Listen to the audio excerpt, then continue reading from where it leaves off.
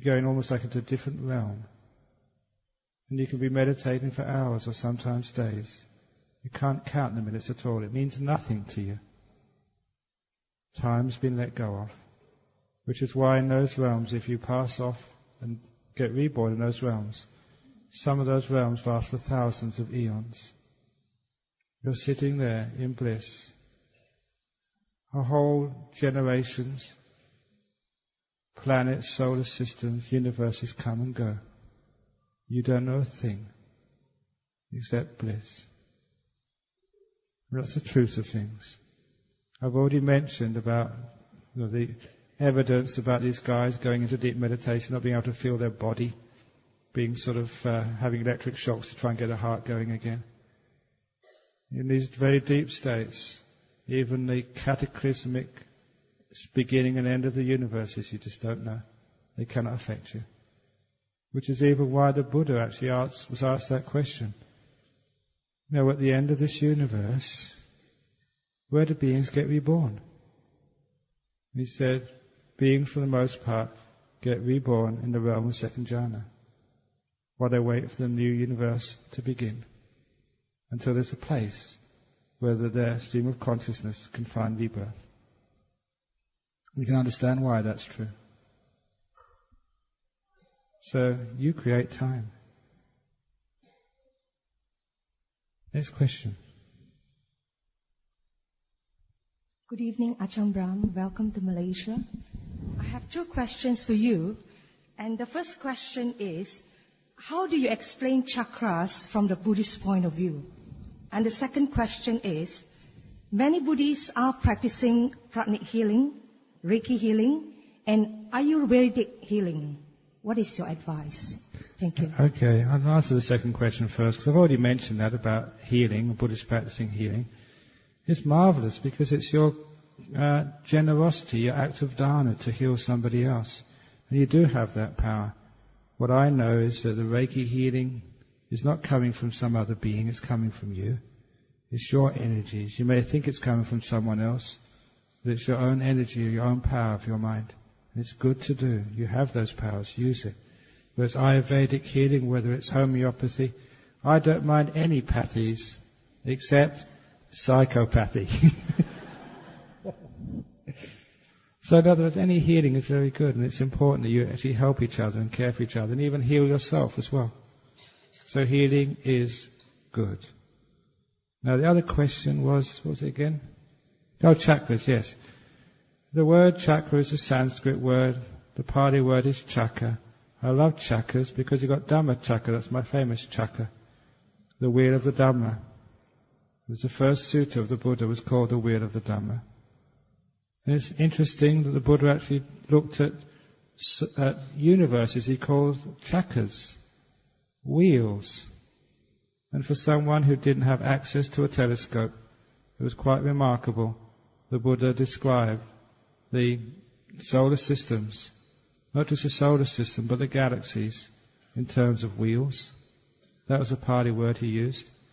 If anyone knows anything about astronomy, the most common of galaxies is a spiral galaxy like ours, the Milky Way. If you saw that, you'd say that's a wheel. The other one is the globular clusters. They're more like balls, but they're not so common. And even solar systems, where the planets are in basically one plane, rotating about the sun, another wheel. Because I was a scientist, and astrophysics and fundamental particle physics were the two parts I really loved.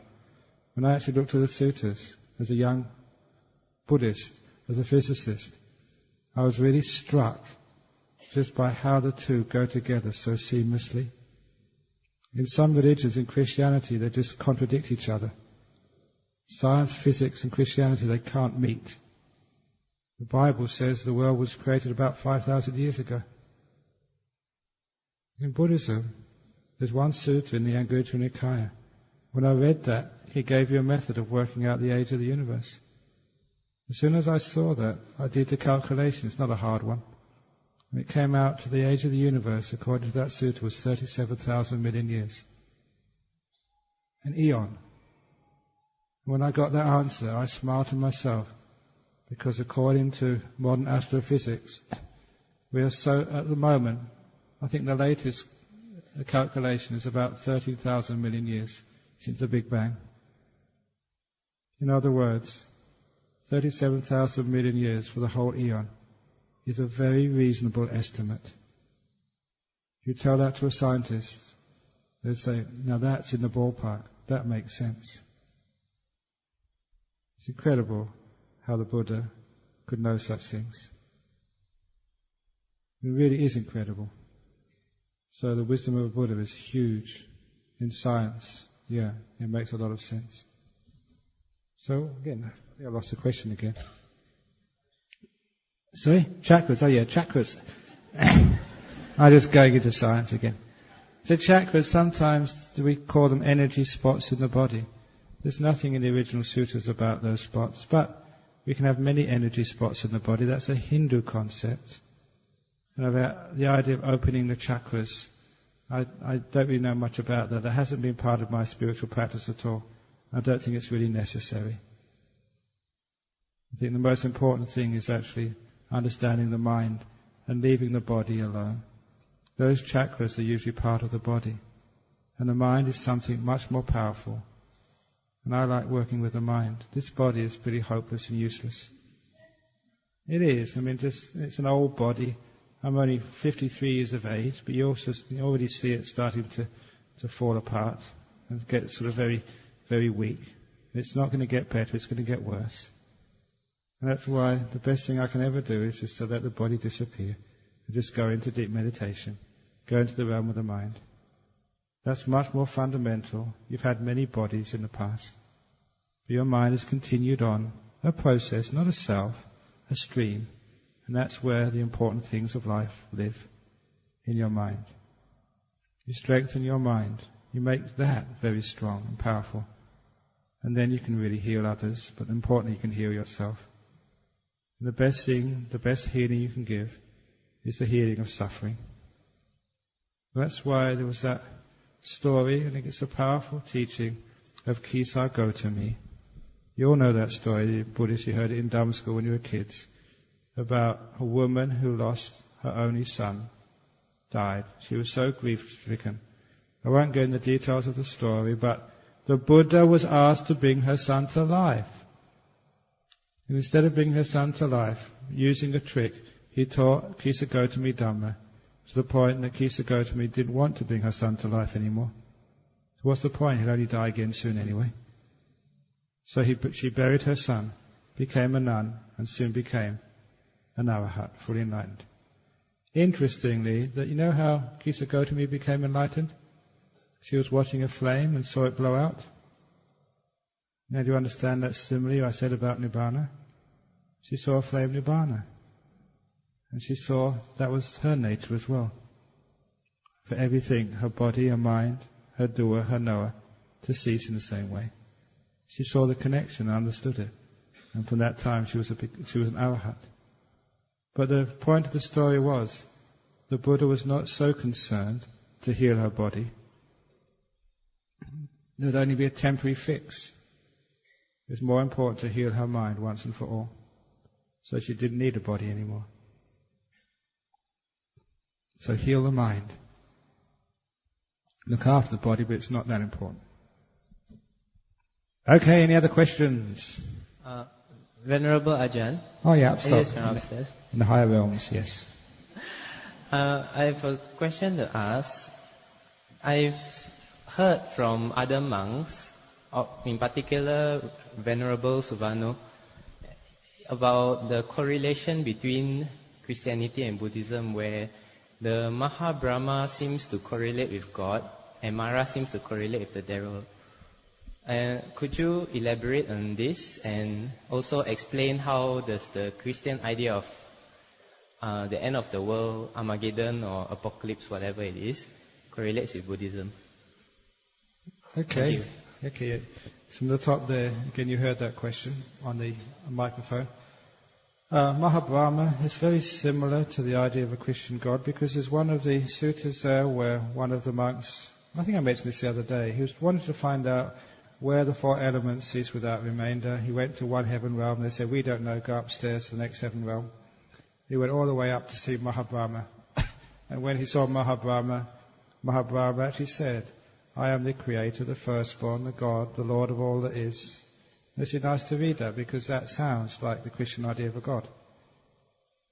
And the monk said, look, I didn't ask that, who you were. I asked, where do the four elements cease without remainder? And God continued to say, I am God, the firstborn, the Lord of all that is, blah, blah, blah, blah. Look, where do the four elements cease without remainder? Answer my question. And then he took the monk aside and said, now listen, I don't know, but these people have faith in me. So also, you're a stupid monk. Down where you came from, there's a Buddha. You should ask him. And so the God sent this monk down to see the Buddha to get the right answer. And it's interesting. I mentioned also, I think last night, about the Gnostic Gospels. In the Gnostic Gospels, I think it's in the Gospel of the book of Thomas the Contender, I believe. It might be mistaken there. One of those books. I was reading that. I just laughed out loud when a very similar account appeared in these Gnostic Gospels found in Lower Egypt. God was in his heaven saying, I am the chief, the Lord, first creator, blah, blah, blah. And then he heard a voice, no, you're not. There are other beings higher than you who you simply don't know about. And God said, who said that? I don't know who said that. Who said that? And that's in the Gnostic Christian Gospels. It's fascinating. That's very Buddhist. It's almost like the delusion of the first one. Not the real God, but just the first being born in this eon, who doesn't know more than that. It's in a Ganha Sutta, very well worth reading. And so maybe that might be your first answer. And I think what's the other one? Armageddon, okay. Instead of Buddhism, we don't believe in Armageddon, we believe in Karmageddon. The end of karma, enlightenment, nibbana. Because Karmageddon. So the point is that if you know the history of Christianity, the Armageddon was supposed to happen in the lifetime of the disciples of Jesus. Jesus specifically said, you will not have walked through all the towns of Israel before Armageddon happens. It was supposed to happen in the lifetime. It never did.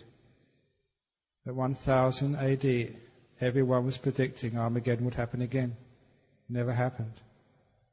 In 2000, they were predicting again. It never happened. All the time they're predicting. I'll make a prediction. It will never happen.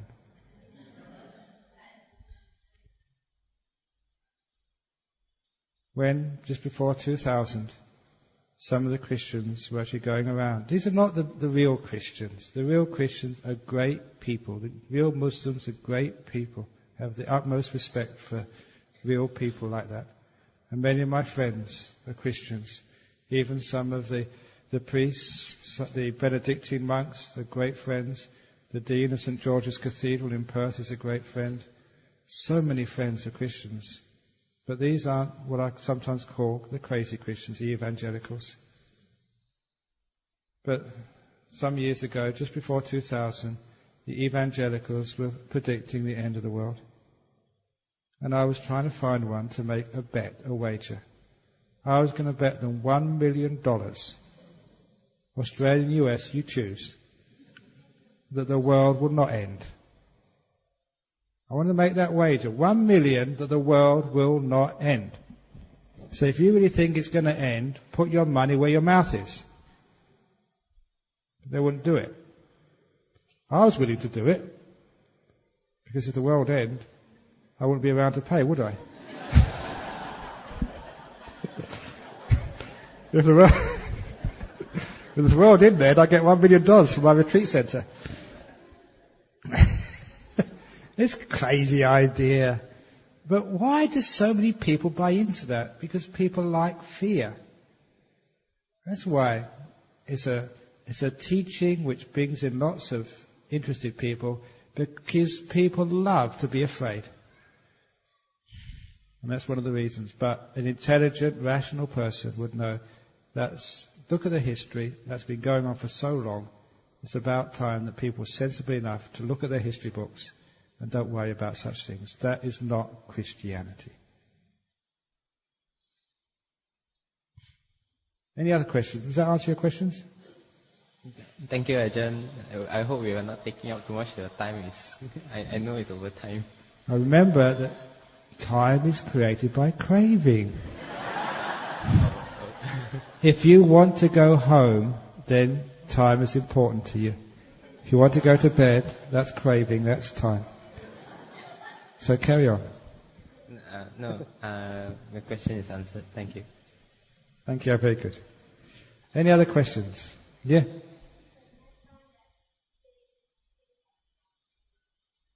Sorry, Dee? You might get tired, yes. It's a lot of projection of your own failings on me. No, it's very kind of you to have metta and have compassion. But are there any other questions? Yes, okay, come on. For those of you who are tired and need to go home, please you can leave. I will never be upset or offended. Venerable Sir, I wonder whether nimitta is really very important. If without nimitta, can a person be enlightenment? Okay, if I not understand wrongly, I hardly find is in the Nikaya, Buddha hardly mentioned about nimitta. Why? Okay. Thank you. You're saying, is it really necessary to get nimittas, this stage of meditation just before jhanas, to become enlightened? Yes, it is. If you know what you're looking for, you can find that very easily in the Nikayas. I think there's in the Anguttara, I think it says, I haven't got the reference in my head here, but I have it back in Perth, that without grasping the samadhi nimitta, you cannot get samadhi, right view. Now that's what it says in the sutras. The samadhi nimitta, this nimitta, is again, I mentioned before, in anapanasati. It is the 9th stage of the anapanasati. Cittang patisangvedi. To be able to feel, experience the citta. Again, these are insights which you get from the experience. So once you have those experiences in deep meditation, you know exactly what this citta means, why that is the 9th stage. You know, many years ago, I was thinking, look, where does the Buddha teach meditation? In the sutras. Where is his meditation manual? It's not the Satipatthana Sutta. It's Anapanasati. That's the meditation he used. And you've got these 16 steps, which are absolutely brilliant. But they need to be fully understood by someone who's experienced those 16 steps. And when you experience those things, you know exactly what the 9th, 10th, 11th, 12th stages are. And you heard me say this before, the 9th stage is you experiencing the nimitta. You've got a reflection of your mind. And that's why the Buddha said that is the 3rd Satipatthana, Chittanusati. Calming the mind down, samadhahang chittang, abhipamojayang chittang, that's brightening it up, giving it the brilliance. And many of you have heard me talk about this at length in this retreat. You get a nimitta up, stabilize it so it doesn't go off here and all over the place. Make it very bright and brilliant by bringing lots of joy and happiness in the meditation. Those are classic 9th, 10th and 11th stages of Anapanasati as the Buddha taught it. And the 12th stage with Mochiyang Chittang is the jhana itself. Sometimes that you can go past what's said in the Nikayas without experience. You don't understand. You don't see what the Buddha's talking about. But with experience, it all comes so alive. It's like you have this wonderful map of Paris. You don't really understand it, but you go to Paris. Oh, that's what, this big iron thing in the centre of town. Oh, it's the Eiffel Tower. Oh, that's what it means. When you have the map and you have the experience, everything makes wonderful sense. That's why, I'm not sure if there's this big controversy in sort of, even the forest tradition of Thailand about the Pabhasara Citta, the radiant mind. And monks can have all these theories about what the radiant mind is. But it's quite clear when you actually get into nimittas, that is the radiant mind. Because when you experience a citta, a nimitta, when it's very powerful, so even many meditators of here have said it's blinding. You come up to me and said the reason it disappears is because it's too strong, it's blinding. And if you had to call that something, what would you call it? You call it radiant nimitta. Pabhasara means intense radiance. The pa is an intensifier. Now you know abha from amitabha, unmeasured radiance. The abha is radiance. Pa means intense radiance.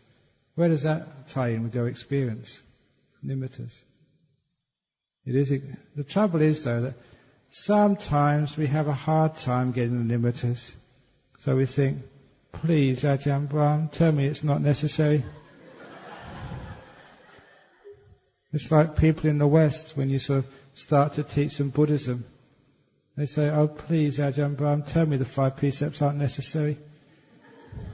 They really want to get enlightened, but they don't want to actually pay the entrance fee. Well, I'm just being honest to you. It is necessary. Any other questions? Trouble is what happens. People go to other teachers. Oh, I haven't got the nimitta. You go to another teacher. Another teacher says, no, you don't need the nimitta. Say, right, I'll follow him. I don't mind. Any other questions? Going. Okay. You can't go home. You know who to blame? 2 ladies. Okay, go on. Because it's important about enlightenment. If a person handling money, can he or she be enlightenment? Thank you. If someone is handling money, can they be enlightened? Yes, they can. It depends how they're handling money, that's why. Because even as a monk, I can handle money. If the money is lost in the monastery, in other words, someone drops their purse or wallet, I have a responsibility to pick that up and put it aside for the owner. That's part of my rules. But what you're saying is, can you own your own money? Handle money yourself. And again, it's one of the rules, it's an important rules. If you actually do it all the time, it's your money, you collect your money, you've got your own bank account, it's very unlikely. Because money is the means for greed. It's the means for actualizing your craving. So what do you need money for? I've been 30 years as a monk, haven't needed money. I go all over the world without any money. No one stops me. So I've proved you don't need money. What happens if you get sick? Look, you've got so many people. If I get sick, I don't even need health insurance. There's so many doctors and nurses here right now. They can't wait for me to get sick to make some more good karma. I'm not even sick yet, but people will be giving me all these herbal teas, vitamins, and all sorts of stuff. If I don't take them, please, I apologize, because if I took them all, I'd be sick.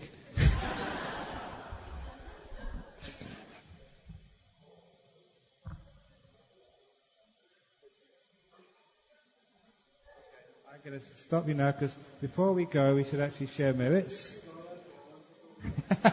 leave it out. Please chant along with me. Idang me nyatinang hotu sukhita hontu yatayo. Idang me nyatinang hotu sukhita hontu yatayo. Idang me nyatinang hotu sukhita hontu yatayo. Sadhu, sadhu, sadhu. Okay, very good. Okay, have a nice night. See you next time. Good night.